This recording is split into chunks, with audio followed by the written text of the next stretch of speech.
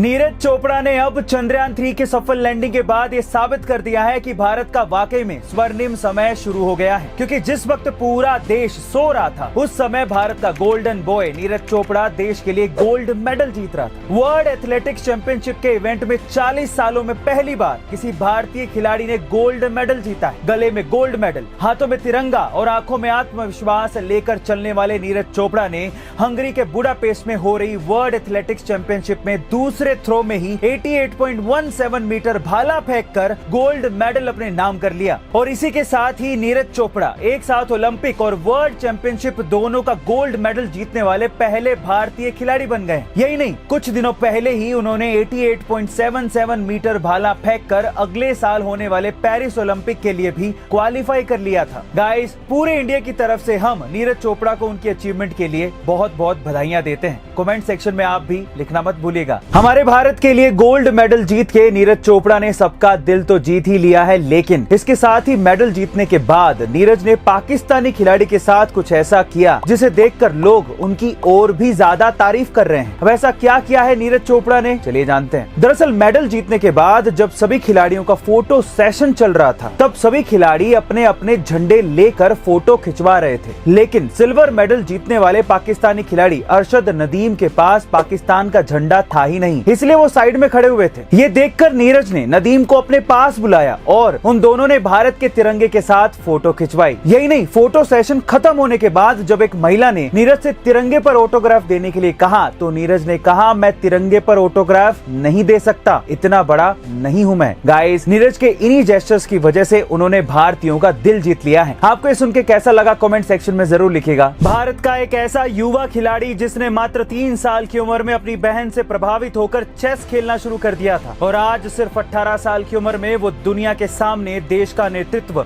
उस खेल में कर रहा है। कौन है ये खिलाड़ी, चलिए जानते हैं। इस होनहार खिलाड़ी का नाम है आर प्रज्ञानंद, जिनका जन्म 10 अगस्त 2005 को चेन्नई के एक मिडिल क्लास परिवार में हुआ था। बचपन में जब प्रज्ञानंद अपनी बहन को चेस खेलता देखते थे तो उन्हें भी चेस खेलने की उत्सुकता होती थी और इसी चीज को देखते हुए प्रज्ञानंद के पिता रमेश बाबू ने 3 साल की उम्र में ही प्रज्ञानंद को पास के ही चेस अकेडमी में दाखिला दिलवा दिया और मात्र 8 साल की उम्र में प्रज्ञानंद ने वर्ल्ड यूथ चेस चैंपियनशिप जीतकर FIDE मास्टर का खिताब जीत लिया। 2016 में मात्र 10 साल की उम्र में उन्होंने इंटरनेशनल मास्टर्स का खिताब और 16 साल की उम्र में उन्होंने वर्ल्ड चैंपियन मैग्नस कार्लसन को रैपिड चेस में हराया था। और अब साल 2023 में मात्र 18 साल की उम्र में प्रज्ञानंद वर्ल्ड चेस चैंपियनशिप में दुनिया के 2 दिग्गज चेस प्लेयर्स को हराकर उपविजेता बन गए। लोग जब ये पूछ रहे थे कि विश्वनाथन आनंद के बाद भारतीय चेस का भविष्य कौन होगा तो इसका जवाब अब मिल गया है। नाम है आर प्रज्ञानंद।